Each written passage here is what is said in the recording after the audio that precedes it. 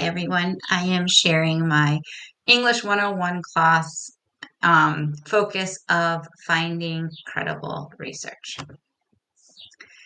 And I'm going to share my UDL solution story. And my critical event is helping students to find these credible sources. In the English 101 writing course, there is a research project that is part of the class. Students are required to find a reference source, an academic database source, and an online source. And sometimes it becomes a struggle. When I go over the reflections at the end of my course, I found a student reflection in the past that read close to what's presented here. The student said, I remember staring at a blank Google Doc with over 10 tabs open, blogs, Wikipedia, random websites, and still feeling lost. I knew I needed sources, but I didn't really know what that meant at the time or how to find them. I felt overwhelmed, frustrated, and even a bit embarrassed. I thought, shouldn't this be obvious? But the truth is, it wasn't. Reading that as a professor, I realized that if one student felt that way, then obviously others did too, and it was a problem in the course that needed to be addressed. When I look back over that design flaw, I can reflect upon the fact that there are positives in that module as well. Things that worked well with the research included the Ask the Librarian, where a librarian is embedded into our 101 courses, and students are asked as a discussion board to conversate with a librarian. That was always an extremely helpful point. Students had a connection to someone who is an expert in research and were able to make that connection of asking questions. The librarians gave excellent responses, and the students felt that they could reach out to them for help after that.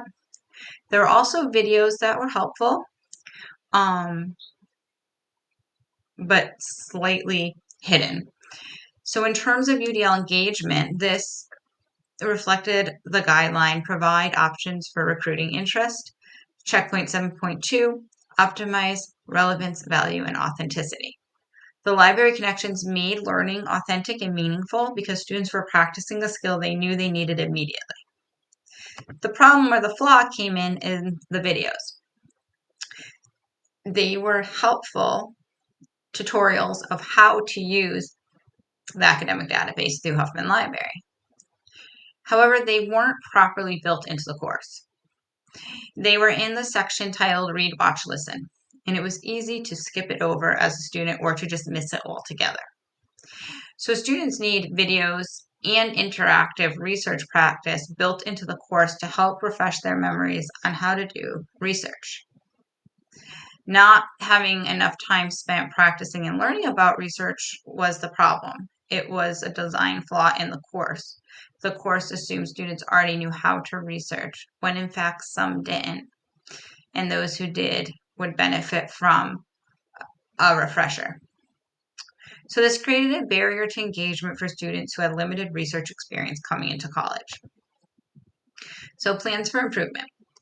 I want to tackle the barrier, lack of support, and scaffolding research skills during major assignments. I'm choosing to focus on UDL engagement checkpoint 8.1, clarify the meaning and purpose of goals. This means making learning goals and processes more visible and meaningful so students understand why research matters and how to do it step by step. So my solution. Revising the 101 course, I am embedding short guided research activities directly into their writing process.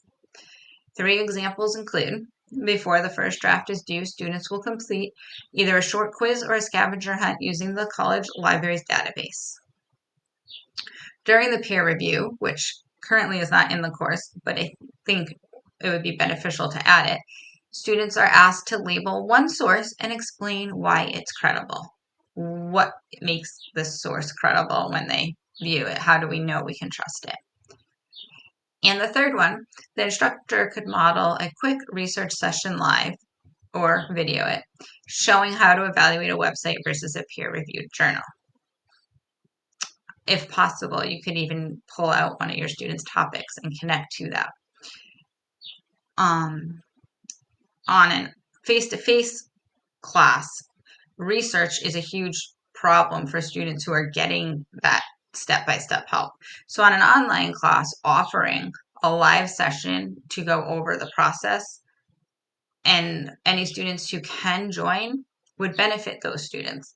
It could also be recorded and uploaded for students who are not able to make it. These activities might be low stakes, but they're meaningful, and they turn research into a skill that's practiced and not assumed. Looking back, I've learned that what feels like student failure is often just a design flaw in the course. Students didn't fail to find good sources. The class failed to give them good practice. They weren't taught how in a clear, engaging way. That's why I chose to revise this part of the course. I want future students to feel confident, not overwhelmed when doing research. The change embodies checkpoint 8.1 by making goals and processes more visible, and checkpoint 7.2 by tying research tasks to real outcomes that matter to the students. Using the UDL engagement guidelines helped me rethink what we teach and how we teach it, and how critical the how really is. It made me realize that engagement isn't just about motivation, it's also about design. When learning environments are flexible, intentional, and inclusive, students are more likely to feel capable, curious, and connected to what they're learning. And that's the goal of every professor. What stood out to me the most was the idea that improving the learning experience for students who face challenges doesn't lower the bar, it's raising it for everyone. When we offer choices, build in support, and make goals clear, we create a better experience, not just for struggling students, but for all students.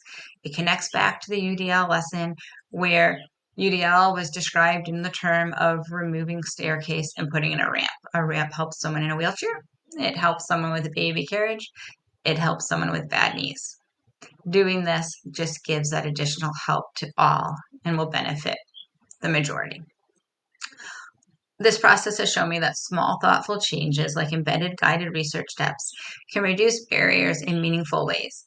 They help students feel less overwhelmed and more empowered to succeed. So that wraps up what I did for my project on this.